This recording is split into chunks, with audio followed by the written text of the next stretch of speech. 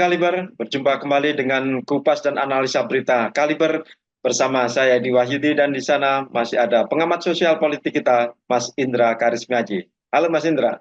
Halo Mas Edi Wahyudi, halo kawan Kaliber semua dimanapun Anda berada. Senang sekali kita bisa jumpa lagi menemani hari Anda dengan mengupas dan menganalisa berita terkini. Ya, Kita ini sekarang di hari Jumat, hari yang pendek. Kita mau bahas apa nih Mas? masih tetap berita yang sekitar pilkada, Mas. Tapi Oke. ini lebih ke konstitusinya. Sekali-sekali pil KB gitu yang diangkat, masa pilkada Jangan, terus. sudah nggak musim PKB kayaknya ini. Baik, ini ada pernyataan yang eh, bernada sinis dari Prof. Mahfud MD ya, mantan Menko Hmm. Polhukam kita. Saya ambil dari kompas.com, Mas. Ya, Tanggapi putusan MA soal usia calon kepala daerah, Mahfud MD, lakukan saja mumpung Anda punya posisi. Ex-Menteri Koordinator atau Menko Bidang Politik, Hukum, dan Keamanan Mahfud MD menilai cara negara ini menjalankan hukum sudah rusak. Hal ini disampaikannya merespons putusan Mahkamah Agung yang mengubah penghitungan batas usia calon kepala daerah menjadi 30 tahun saat dilantik, bukan saat mendaftar. Banyak pihak mencurigai putusan MA itu untuk meloloskan putra bungsu Jokowi Kaisang Pangarep maju di Pilkada 2024. Mahfud pun mempersilahkan para penguasa melanjutkan proses perusakan hukum di tanah air selagi mereka masih berkuasa. Ini negara, ini cara berhukumnya sudah rusak dan dirusak. Sehingga saya katakan saya malas bicara yang kayak gitu-gitu, kata Mahfud MD. Biar saja tambah busuk, pada akhirnya kebusukan itu akan runtuh sendiri kan suatu saat. Kalau ini yang begini-begini diterus-teruskan, ya sudah silakan saja. Apa yang mau kau lakukan, lakukan saja. Mumpung Anda masih punya posisi untuk melakukan itu. Sambungnya. Namun Mahfud mengingatkan kerusakan dalam hal penerapan hukum ini menjadi bumerang. Tapi suatu saat itu akan bisa memukul dirinya sendiri ketika orang lain menggunakan cara yang sama. Ya, yang juga untuk melawan kepentingan orang yang suka begitu, ucap dia. Lebih lanjut, Mahfud menegaskan bahwa putusan MA ini salah. Sebab MA memutuskan atau membatalkan satu isi peraturan KPU yang sudah sesuai dengan undang-undang. Menurut saya putusan MA ini salah, ungkap Mahfud.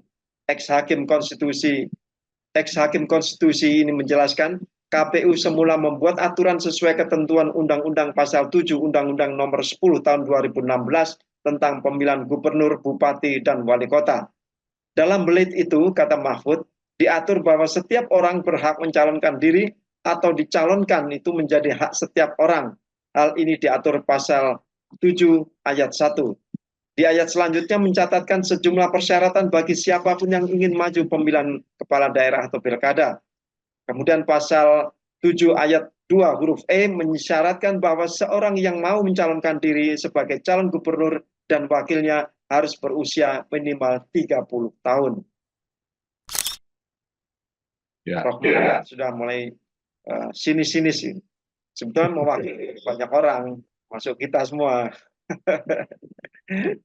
Ya, harus diakui juga Prof. Mahfud ini kan seorang ahli hukum tata negara ya, Ya, karena beliau juga pernah menjabat sebagai Ketua Mahkamah Konstitusi dan beliau juga menjadi dosen tata negara. Jadi pengetahuan beliau, ilmu beliau tentang hukum ketatanegaraan harusnya tidak diragukan lagi. Jadi kita bicara kredibilitas dari seorang Prof. Mahfud MD. Jangan kemudian ada orang yang juga bersuara sinis, dia berucap begini karena kalah di dalam Pilpres kemarin misalnya.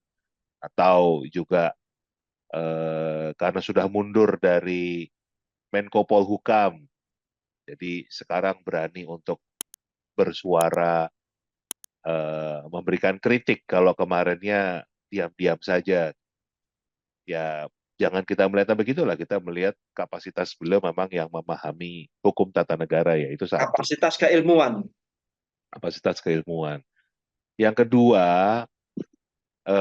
kenapa banyak orang juga yang nggak paham kenapa sih orang nih heboh banget untuk urusan perubahan dari peraturan KPU ini yang diputuskan oleh Mahkamah Agung.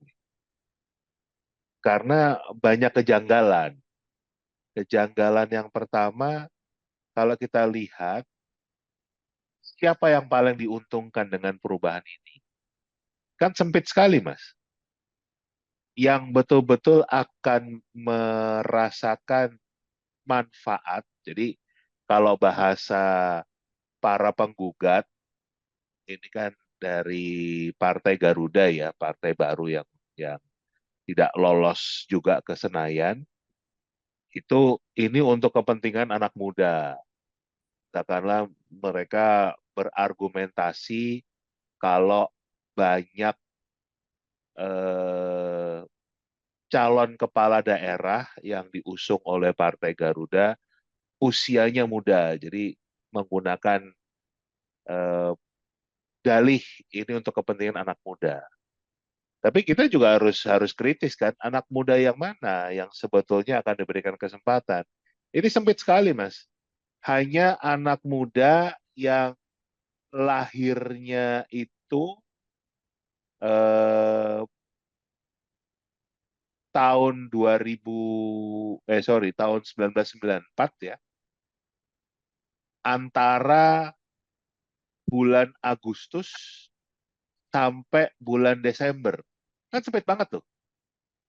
Jadi hanya bulan Agustus bersamaan dengan penetapan pasangan calon ya, atau pendaftaran pasangan calon, sorry, pendaftaran pasangan calon yang lahirnya hanya 29 Agustus tahun 1994 sampai pelantikan itu kapan ya, Mas? Sampai jadwal pelantikan Ya, kayaknya Desember Desember. eh, Desember tahun 2002 tahun 1994. Yang diuntungkan cuma itu.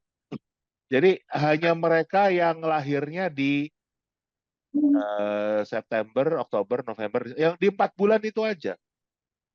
Gimana bisa bisa kita kita mengatakan kalau ini untuk kepentingan anak muda, tetapi kalau kita teliti lebih dalam, ini hanya anak muda yang lahir di 4 bulan tersebut dengan tahun yang spesifik, bulan yang spesifik.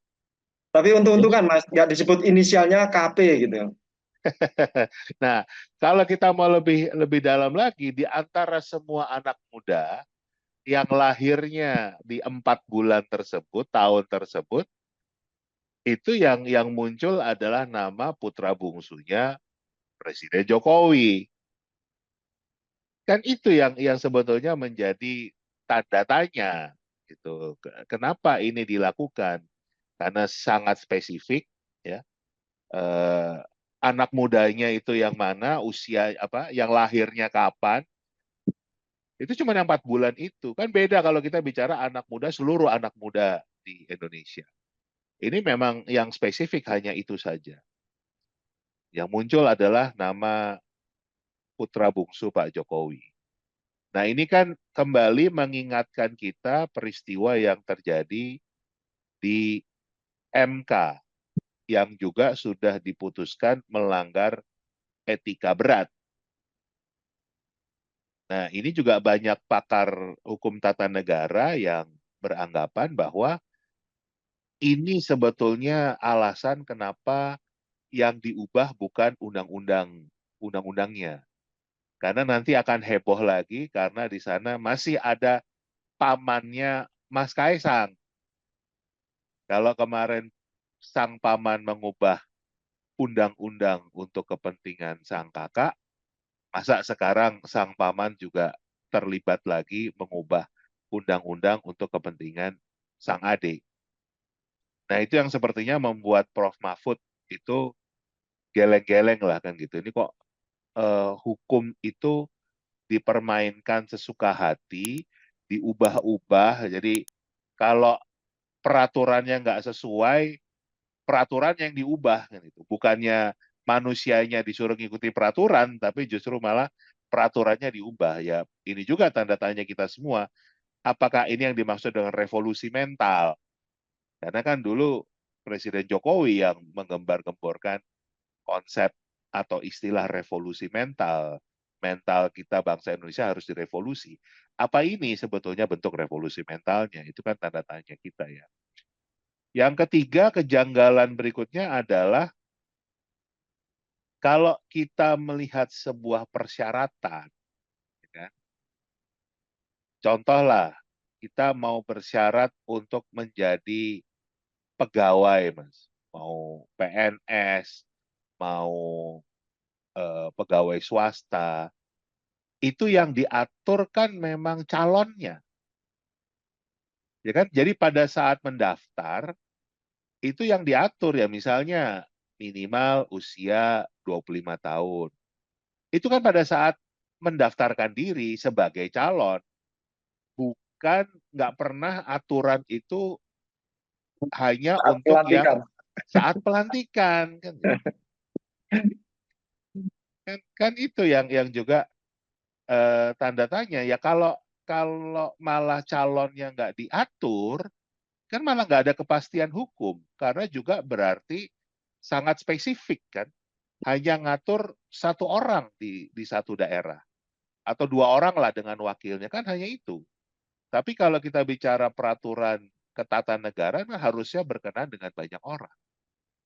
Nah, inilah kejanggalan-kejanggalan yang muncul, dan wajar kalau Prof Mahfud itu ya antara apa ya, pasrah, antara udah putus asa, ya udah misalnya karep-karepmu lah mau diapain kan gitu, mumpung Sudah angkat tangan ya. sudah apa, selama memang masih berkuasa ya mau dirusak seperti apa hukum kita, ya ya udahlah kita pasrah aja kan. Kan itu sebetulnya yang disampaikan Prof Mahfud, kayaknya sudah tidak punya harapan lagi, karena memang gelombang protes yang sudah disampaikan berbagai elemen masyarakat, termasuk juga ada film seperti Dirty Vote, ya kan? Para guru besar, para akademisi itu menyampaikan keprihatinan mereka dengan kondisi Indonesia ini, ya, terutama ini saya nggak bicara manusianya ya, nggak bicara orangnya ya, tapi bicara tentang aturannya yang di otak-atik yang diubah, dan kemudian secara fakta memang menguntungkan keluarga, satu keluarga saja, bukan menguntungkan rakyat Indonesia secara keseluruhan. Ini hanya karpet merah buat anggota keluarga, dari satu keluarga saja, tidak ada yang lain. Ya, baik kemarin kita bicara putusan MK nomor 90 tahun 2023, kemudian putusan MA yang saat ini, semua mengarahnya ke eh, orang-orang dari satu keluarga saja.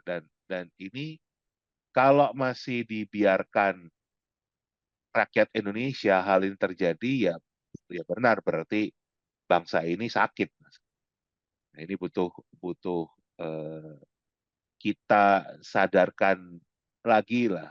Artinya kembali, kita kita bukan punya kepentingan apa-apa ya, tapi kan kita ingin mengembalikan bagaimana etika itu memang ada, hukum itu ada kepastian hukum.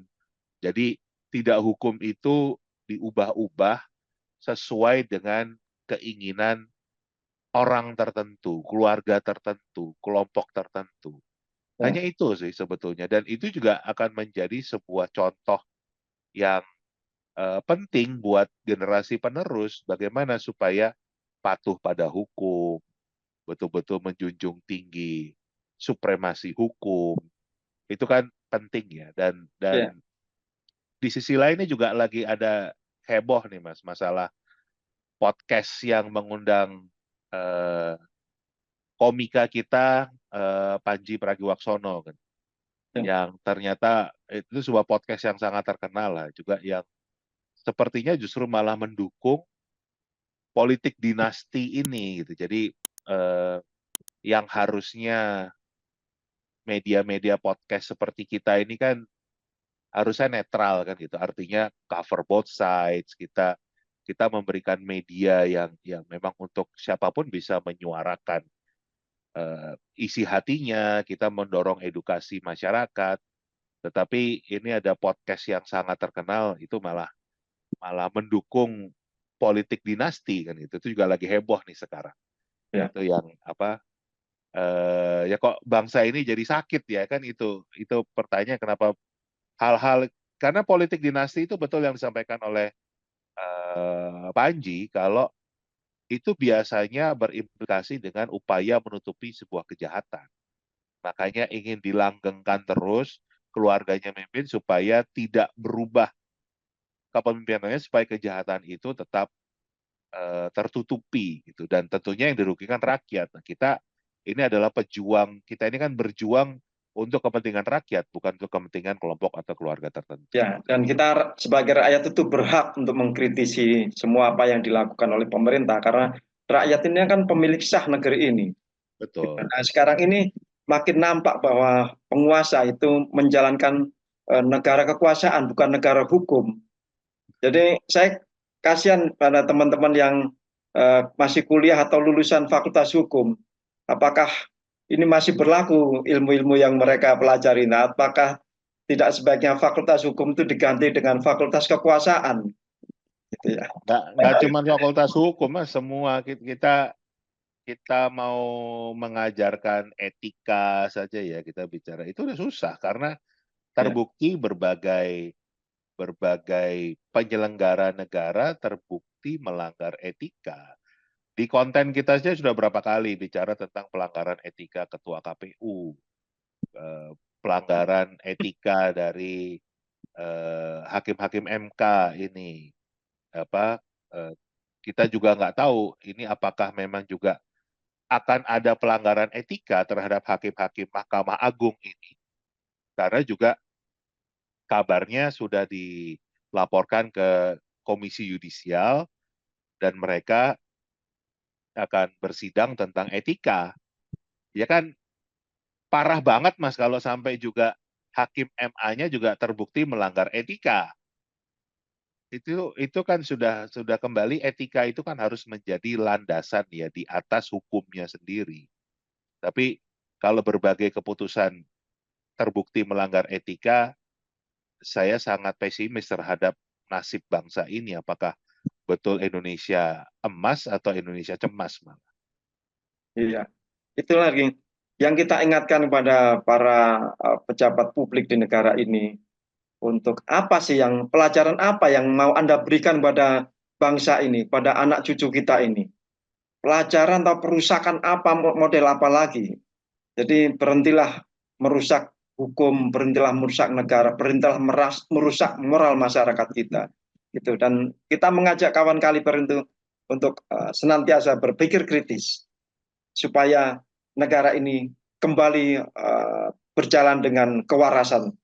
Mengembalikan kewarasan dalam bernegara itu penting. Gitu. Terima kasih Mas Indra. Terima kasih kawan Gilbert. Yuk berpikir kritis. Sampai jumpa.